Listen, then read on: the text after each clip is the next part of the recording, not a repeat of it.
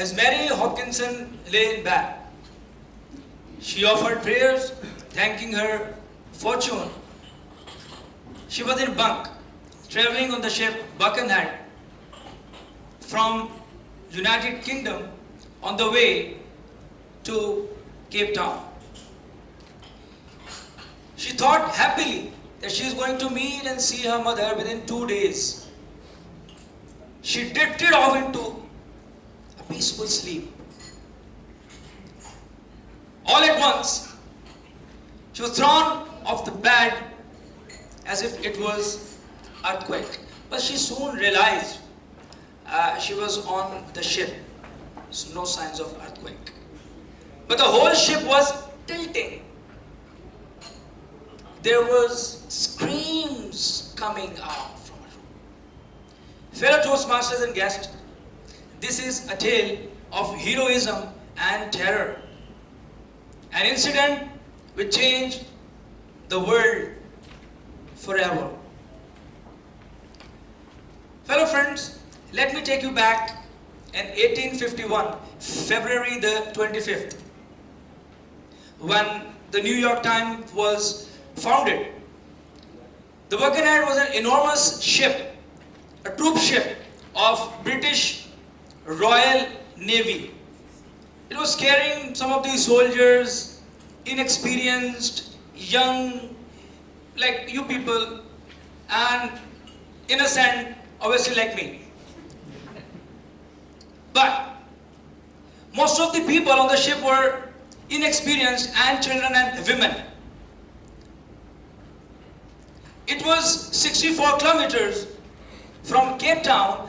There was a rock in the sea, but it was unobserved, unknown, and undiscovered on any of the maps of the sea.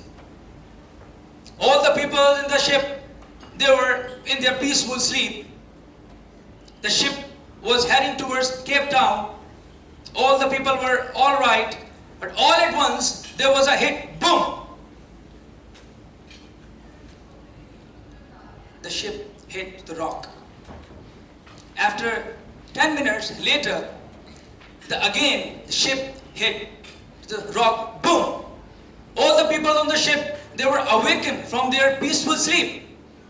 They tried to manage themselves that what had happened. Everybody knew that something happened terribly, but nobody knew what had happened.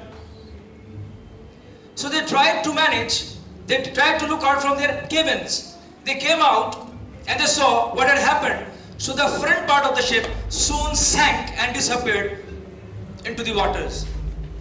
All people were scared that how to do and what to do. They were moving around on the ship, the floating part of the ship. They had to save themselves. Fellow Toastmasters and guests, everybody was crying, weeping. But the soldiers on that ship, they were not. Women and children first.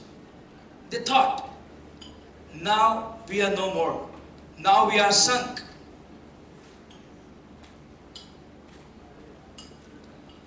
For the time being, they were safe. But they were not safe exactly. The watery grave was waiting for them. After they struck, some of the lifeboats were damaged. Some of the lifeboats were remaining. There were only 3 lifeboats that could carry 60 passengers.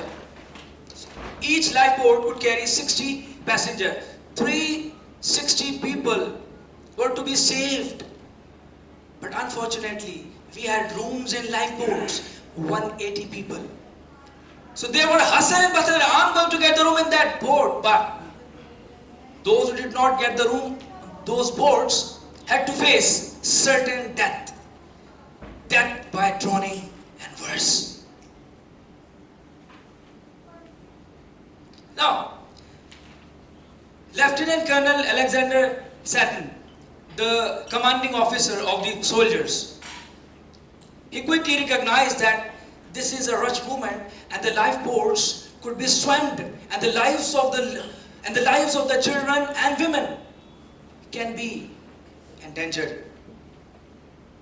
He drew out his sword and said, "Are you man of England? Or are you coward? If anybody tries to push aside a woman, I'll cut him like a dog."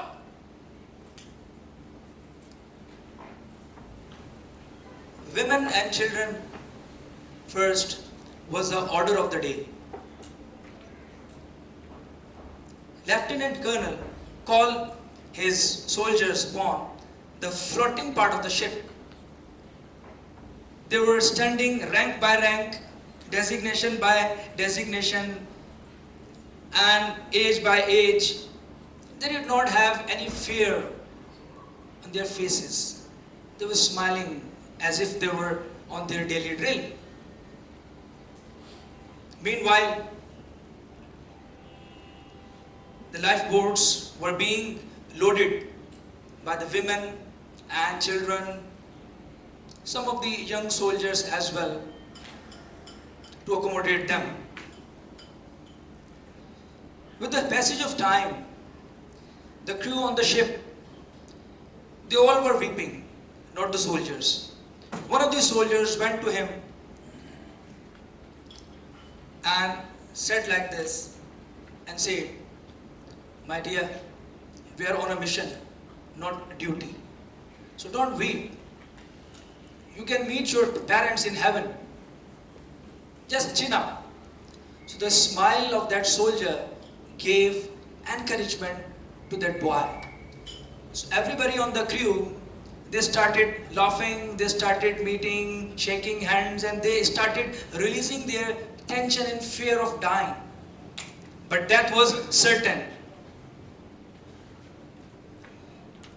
After they passed away, the boats were over there, sailed away. So they saw the red-coated, uniformed soldier was standing like this, and they were doing like this, and they are dying. But you can see that they were dying.